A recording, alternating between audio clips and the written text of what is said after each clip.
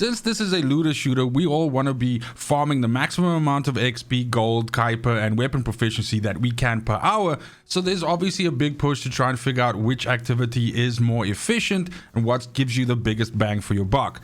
Now today I'm going to show you 3 different farms that you can do, which are each one of them good for something different.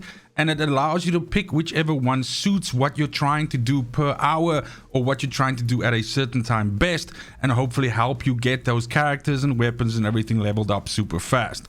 Now first things first, real talk though, if we're talking purely weapon XP and character XP, weapon proficiency that is, then you really can't go wrong with these defend missions that you get on most planets after you essentially unlock the area. So after you've done all the missions in a zone, then you're able to get these to unlock and then you can start doing them. Now each one of the maps generally has one of these, and these are exceptionally good. They're wave-based activities that you have to either do 10 waves or 21 waves. There's a boss every couple of waves and you get some rewards based on that. And essentially this is really good for character levels as well as weapon proficiency levels. So if you're just after those 2 things and you don't mind the, I would say, the monotony of this, because a lot of these missions you can simply just park off in one area of the map and just take pot shots at enemies and just dip out to refresh ammo. If that doesn't bother you, then this is really good for that. But I don't really like these activities overall if I'm spending a lot of time playing, simply due to the fact, well, due to 2 reasons really. One, they don't actually give you any items. So while you are getting Kuiper, you are getting gold, you are getting weapon proficiency, and you are getting character levels, you are not getting any weapons, you're not getting any reactors, you're not getting any items. And those all can either be upgrades for you, or you can actually dismantle them for mats, which allow you to do research and upgrade the rest of your gear. So you're losing out on a huge amount of that stuff. So if you're doing this for 4, 5, 6 hours, then yes, you're getting a lot of XP and everything like that, but you're losing out of 5, 6 hours worth of gear. My second reason is that this activity attracts a lot of players who join the activity and then play 1 or 2 rounds and then essentially just stand in the back of the objective and leech XP. This is becoming more and more prevalent now as the days go by and people realize that you can actually do this. And by simply just doing this and moving your keyboard and mouse or your controller every once in a while, you can essentially leech XP and stuff like that indefinitely. This is something that the studio potentially needs to look at and basically kick these players sooner or something like that, or allow you to kick. Of course, this is dangerous because then people will start griefing each other and kicking people before they can get rewards. So maybe that's not the solution. But the bottom line is this is a problem right now. You can report players for being idle and stuff like that, but I don't really know if anything's being is being done with that information. But nonetheless, those are the 2 reasons why I don't like this activity, hence the reason for this video and why I did the test. So first thing I'm going to do is I'm going to run you through the 3 different farms, the 3 routes. So I'm going to show you where they are, and I'm going to show you how to run them as efficient as possible. And then we're going to come back and we're going to look at some really, detailed, in-depth numbers so we can figure out which one is best. Let's go. So our first one is the anticipated ambush point, which is in the sterile lands. So in this rockfall area here, you have anticipated ambush point here. And the fastest way to get there is literally the spawn point right next to it at Rockfall. So as soon as you spawn in, you're just going to jog on over there and kick off the mission. This is an extermination mission with a boss at the end. Super short little route that you have to run. So basically, these enemies always spawn in exactly the same place. So as you do this over and over again, you will get used to the route. And you can run up, but you pretty much run up there. That's the 2nd pack. 3rd pack is here. Then you essentially cross over this area here. You have another pack. Then behind these rocks will be another pack. Then you come back, you kill this last group here, and that will spawn the boss. And what you can do with the boss is you can drop him to half-life and then just let this other pack spawn and kill them and then kill him, and that's going to get you the maximum yield done. Our second one is the Fortress Outskirts, and this is actually located in White Knight Gulch. And then over here in the shipment base area, once again, the first mission that you find off of the spawn point. So you're going to kick this off. You're going to get your first pack that spawns here. You essentially just run around this ridge here. That gets you a 2nd pack, another pack up there. And then as you double back, obviously always make sure to, pick up all of the stuff. Your pickup radius is kind of ass. So that really depends on how much you get out of these, actually, is that you are diligently picking up gold, Kuiper, and all of this stuff. So this has 4 of these areas that essentially spawn in enemies, and you have to capture them. What you want to be doing is capturing all 4 of them at the same time. What that's going to do is it's going to get the maximum amount of enemies flooding the area, And then what you can do is you can simply just run a sequence and essentially run this square the entire time, cleaning up around each pad before moving on to the next and making sure to pick everything up. Eventually these will be captured, and then you can take those nodes and you can drop them off in the bin as you see there, and you're going to have to do all 4 of them, and then you're going to be able to do the last part of the mission. Now, this mission, you can do it if you don't have Bunny. You can do it with just a guy shooting from the edge, and that's actually just going to allow you to work pad from pad. So you basically just stand slightly skew off the pad, shoot all the enemies that spawn, and then move on to the next. Nonetheless, once you've done all 4, you're going to go down here, because this is where the final boss is. So there'll be a bunch of ads, but what you're looking for is this yellow guy here. Murder him, make sure to pick everything up, and that's the maximum yield done. And then for our last one, we're going to the Echo Swamp and this abandoned zone area here. We're looking for the abandoned refinery unit. The closest teleport there is of course just above it, so you're going to hit that, and then you're simply just going to jog in over here. Now this one actually has a nice little hook that you can run that resets you pretty much right back to the start. But as you start here, you're going to come up on the top here. You're going to get your first 2 waves of enemies that are spawning on the top here. Now as I ran over that grate there, you'll see some tunnels in the bottom there. That's where the rest of the enemies are going to come from. So as soon as you kill most of these guys here, you're going to start seeing some guys coming out of the tunnels. First, they're going to come out of the open tunnel, which is this one here. And then next, you're going to get enemies coming out of the closed tunnel, which is this one. Once you kill them, you go down the closed tunnel. There's going to be a bunch of enemies here and one big pack that spawns here with some of these dudes that knock you over. So absolutely watch out for that. And then last but not least, you're going to dip into this cave here. We're going to get the final pack. So a couple of more big enemies, a couple of more of these knockaround guys, and the bosses. There's 2 of them actually in that pack there. So that's that done and dusted. And then what you do is you simply, in the back of this, you jump out that little hole there, and that resets you right back to where you want to be. So then by extrapolating some information from those runs, I'm able to essentially work out what the yield per hour is, and we can sort of decide which one is best. Now, before we kick this off, first a couple of notes that I just want to cover. So first of all of these figures here include the 30% buff on all 4 of the categories. So I currently have the 30% buff on all 4 of these. So if you are looking at these numbers and you don't have those buffs, then you need to of course reduce it by 30%. But that should not really change the result as in which one is best for what, anything like that. It'll just mean that you're making 30% less across the board.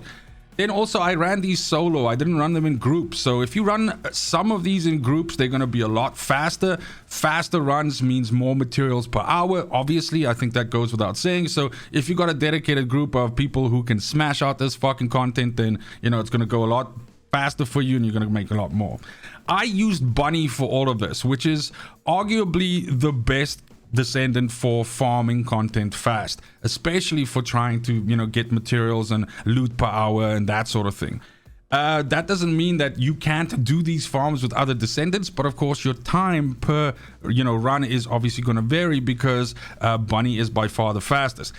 I will say this though, Bunny is the easiest Descendant to unlock because the game basically hands you the pieces for it, and there really is no reason for you to not create yourself a farming Bunny, because as mentioned again, you're not going to find another character that is as efficient as Bunny is in clearing this content. Whether you have a end game Bunny or a fucking mid game Bunny, the bottom line is it's still going to be the fastest way for you to clear a lot of these missions.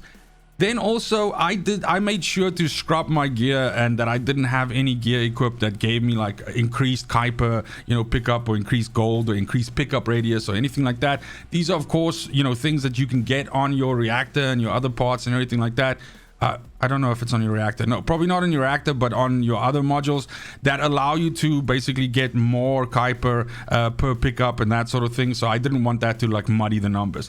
And then also the times, which we're going to be talking about, which is the average time that it takes to finish this activity, as you guys saw in those runs that I did there now, is measured on hard. So it is going to, you're going to be able to do it easy on normal. And, you know, that just goes without saying. Now, also, I included the numbers for normal and hard. Again, it goes without saying that if you are capable of doing the missions in hard, you should absolutely do them in hard, because you're going to get more materials per hour and you're going to get more XP and proficiency and everything. There is no test case where I've done any activity where I found that you can actually make more by doing it in normal than in hard, even if you're doing it faster. The yields are just more in hard. So again, it just makes sense. But you might not have unlocked hard yet, so I figured that, you know, it's also good just to have the normal figures here. So in the same sequence that we looked at each one of those runs, I have the information here. So first up, we have Anticipated Ambush Point. Next, we have Fortress Outskirts, which is in White Knight Gulch. And last but not least, we have Abandoned Refinery Unit. Of course, the four metrics here is XP, Weapon Proficiency, Kuiper, and Gold. And I measured an average across multiple runs on the same activity to give me like a base point. And then I used that to pretty much get to what I would say would be a per hour yield that you can pull out. Now, one last thing that I also do want to mention just before we start diving into each one of the characters or categories separately is that these last two, Kuiper and Gold, and I believe I mentioned it in one of the runs as well, is that these two are, I say RNG, but I mean, it's not RNG. Yes, it is. Not all enemies always drop Kuiper or always drop Gold.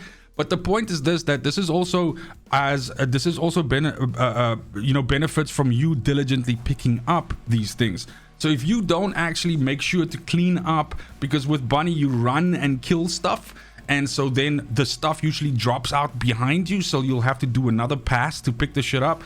So if you're not doing that, you're leaving a lot of Gold and Kuiper on the ground, which means that your yields might not be the same as mine. You might not get the same results as me. So you have to be diligently picking this up, because I absolutely, fucking did that. So when we look at Sterile Lands, which is the first one here, your average runtime with this is going to be about 50 seconds.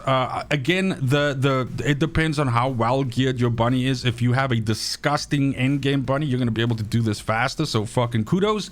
But the bottom line is you're going to take about 50 seconds to rock this out. And then when we look at Fortress Outskirts, that's the one which is obviously a lot longer, because you're activating all 4 pads and then essentially riding it out. This is going to get you about 4 minutes and 44 seconds to completion. And then Abandoned Refinery Unit was the last one we looked at, and that was about 1 minute and 7 seconds per completion. So when we then compare the figures against each other, the bottom line or the funny situation here is that Anticipated Ambush Point loses out on character XP and weapon proficiency per hour as being the least best of the three, but actually has the highest Kuiper per hour. Not by a lot more than Abandoned Refinery Unit, but still nonetheless it is a fact that it has more.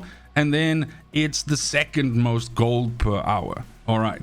Then when we look at Fortress Outskirts flat out loses out on Kuiper and Gold per hour, and it's your worst choice if you want to do that. And then it's in second place for character XP and weapon proficiency. But I'm going to talk a little bit more about this one just now. And then last but not least, we have the fucking, the star here, which is Abandoned Refinery Unit, which is just really good in character XP, really good in weapon proficiency. Slightly less fucking Kuiper per hour than Anticipated Ambush Point, but then again, comes in for the fucking dub with Gold per hour. So I think the TLDR here basically is that overall you're best in normal. If you can't run fucking hard, if you want to run, if you can only run normal, is to run Fortress Outskirts, which is this guy over here. This is the White Knight Gulch one. This has a high Kuiper yield, and it has tons. In normal, it has a high Kuiper yield. You can see its normal Kuiper yield is more than the other two, right? It's almost double what you get at Anticipated Ambush Point. And that's because you kill far more enemies, and because you kill far more enemies, there's more chance for more Kuiper to drop. And also because you kill far more enemies, you're also getting a ton of loot to drop, which is really, really important if you're playing normal mode, because you are trying to get as much Kuiper as possible so you can upgrade your gear, so you can gear up for those boss fights, so you can push the difficulty and get to the final area and then close and, finish off normal mode. But you also want to be getting as much loot as possible, because you need to be getting, upgrade materials and things that you can use for research and all of that. So if you're still stuck in normal, first point here is for you. Just do this activity. You won't fucking regret it. Now, best Kuiper per hour, as mentioned, is Anticipated Ambush Point. But honestly, though, if you're playing in hard and you can do this, right, then it's best for you to just run Abandoned Refinery Unit. Yes, you're making slightly less Kuiper per hour, but the yield that you're getting out of your character XP, weapon proficiency, and Gold more than cancels out the little bit extra Kuiper that you get in Anticipated Ambush Point. And the point is you're winning on all those other three categories.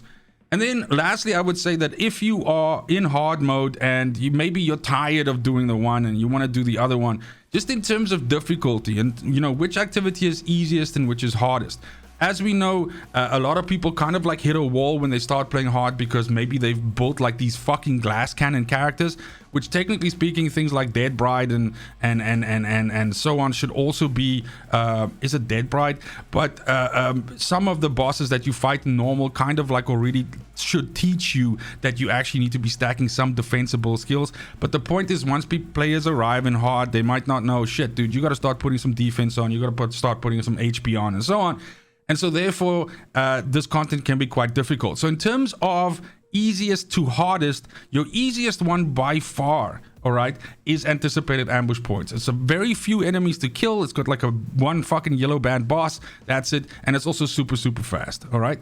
Then I would say your second easiest is probably Abandoned Refinery Unit. And the reason why I say Abandoned Refinery Unit is more difficult than anticipated ambush point is because of the kind of enemies that you fight.